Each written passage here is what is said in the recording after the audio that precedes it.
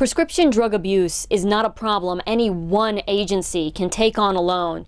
In a very honest and open dialogue before the screening of The Secret World of Recovery, experts from several different agencies talked about how prescription drugs have changed the landscape of our community. I can tell you right now, after 22 years, unequivocally, the single biggest change in my medical practice as an emergency physician is the prescription drug abuse problem, because it's killing our young before they even know it's coming. You know, this addictive, abusive process occurs over many years, and almost all of the deaths that we see of those who are in their mid to late 20s to early 30s up to 40s, which is the biggest percentage of the cases that we see. They're in that age group. They got their start frequently enough on addiction when they were in their teens or early 20s at best.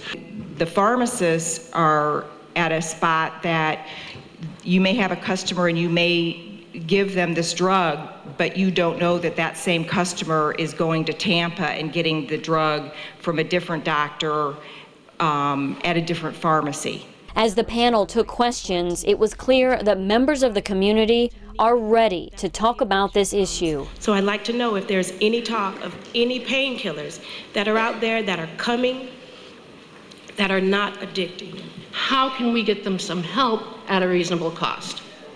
Well, again, this is the tragedy of the situation that we're confronted with. Traditional insurance covers 28 days. The drugs that we're talking about, for it to be effective, we're talking about a minimum of a 6-month program. Is there any way possible that you guys would even consider taking this prevention program into the middle schools? Because when I was in middle school, that's where I started using drugs. It was no surprise to filmmakers Leslie and Lindsay Glass, who set out last year to search for stories of recovery across the nation. What you did is what it really takes for a family to get better. I had this vision that someday you and I would be able to do something spiritual together. We did. We did.